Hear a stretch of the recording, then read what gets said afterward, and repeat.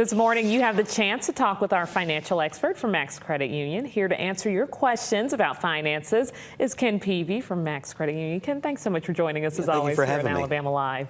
We already have a caller on the line, Jim from Millbrook. Jim, what's your question? Yeah, good morning, Ken.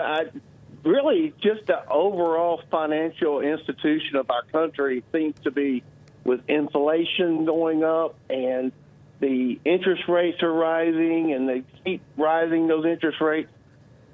How strong is our banking system and our financial institutions in the United States, in your opinion?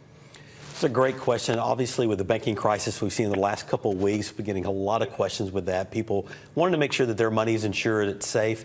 You know, I will tell you that it's something that they're always looking towards. After 07, 08, with the financial credit crisis that we had, our banking system as a whole is much stronger. There's a lot of regulations been put in place, the bank stress.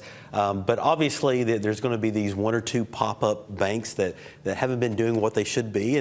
But our Treasury has come out, has reassured everyone that they are willing to back all deposits, and so you have to go off what the Fed's what they're trying to do is really keep inflation down, which obviously has hurt a lot of people as far as purchasing power with groceries, gas, and other items. So the Fed is really trying to not send us into a recession, but get inflation down. And the only way they can really do that is by raising interest rates. So we probably more than likely will see at least one more, maybe two more interest rates this year. That's what they're telling us, but they're really data dependent. They're going to look at those inflation numbers month to month, and then based upon that. But as far as the banking system, we're in a much, much better shape than we were back in 07, 08.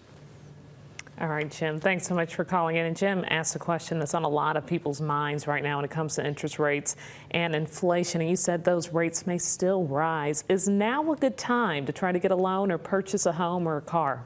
Yeah, it's another great question. You know, historically, we're still in pretty low interest rates. People know back in the late 70s, early 80s, interest rates were much, much higher.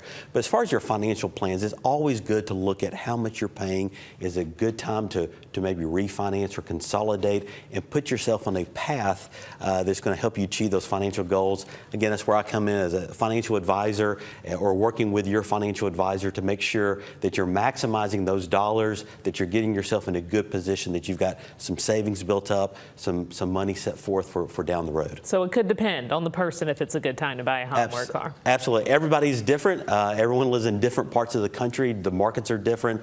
You have to kind of take it. There's no one general rule. It's just good to sit down with somebody who kind of help you guide through that path. All right, Ken. And again, Jim, thanks for calling in. There's more Ask the Financial Expert when we come back. And you can call in just like Jim did. All you have to do is call the number 420-9732. Again, that number is 420-9732. We'll be right back after this break.